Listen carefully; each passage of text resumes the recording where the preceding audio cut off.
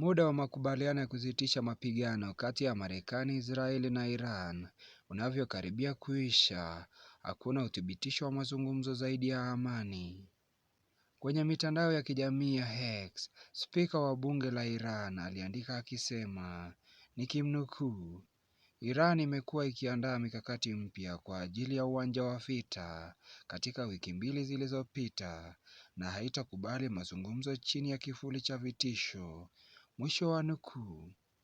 Wakati huo huo, Rais Trump amekanusha kwamba yuko chini ya shinikizo la kufanya makubaliano, huku vyombo vya habari Marekani vikiripoti kuwa makamu wa rais JD Vance atasafiri Pakistani kwa mazungumzo.